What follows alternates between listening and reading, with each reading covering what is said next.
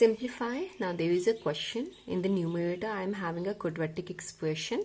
Having three terms means I am going to apply identity or the midterm breaking.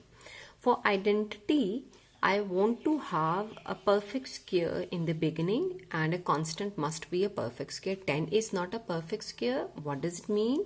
I'm not going to apply the identity but the midterm breaking. Now for midterm breaking, I am having S is equals to 7 and P is equals to 10. So I am going to take factors. 2 5s are and 5 1s are. So obviously 2 times 5 will give me 10 and 2 plus 5 will give me plus 7. So these are my factors. What I'm going to do? I'm going to do the midterm breaking. It means I'm going to take 7c and I'm going to have 2 terms instead of 7c. One term will be 2c and the other will be 5c plus 10. What will happen? Denominator having c square plus 5c means I can take c common and I'll be left with c plus 5 inside the bracket. Now in the numerator, from the first two I'm going to take c common. I'll be left with c plus 2 plus 5 common and I'll be left with c plus 2 over c and c plus 5. Now I can see that c plus 2 is a common factor. What does it mean? I can take c plus 2 common. It's a common factor. So if I have taken c plus 2 from here, what I'm left with? C. And if I have taken out c plus 2 as a common factor, what I'm left with? Plus 5. Now in the denominator, I am having c plus 5 as a factor. So I'm going to cancel these two. So the most simplified form is c plus 2 over c. Remember, we are not going to cut c by c because in the numerator c plus 2 is having the positive sign between the terms. Now, if I am having q square minus 2q minus 15 whole divided by q square minus 3q minus 10. In these type of questions, where both terms, the numerator and the denominator, are the quadratic expressions and these are not going to be factorized using the identities, I am going to apply midterm breaking on both.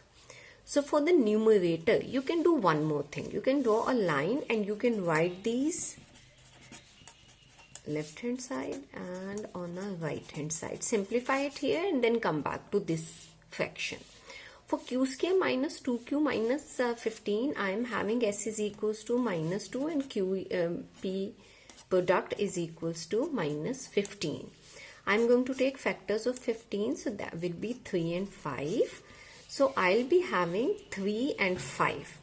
What will be the sign of the bigger value? That will be negative because s is negative. So I'm going to write minus 5 plus 3. What will happen here? That would be minus 5 plus 3 means q square minus 5q plus 3q minus 15. That means q minus 5 plus 3q minus 5. So this is having two factors, q minus 5 and q plus 3. On this side, I am having s is equals to minus 3 and p is equals to minus 10. So obviously factors are q square minus 5q plus 2q minus 10. Why? Because s is having a negative sign, so the bigger value will be negative. If I am going to subtract negative 5 and 2, I am going to get negative 3. And if I am going to multiply minus 5 times 2 will give me negative 10. So q common, q minus 5 plus 2 common, q minus 5. So the final factors are q minus 5 and q plus 2. What I am going to do, instead of, I am going to write down the question again. Q square minus 2q minus 15 over q square minus 3q minus 10.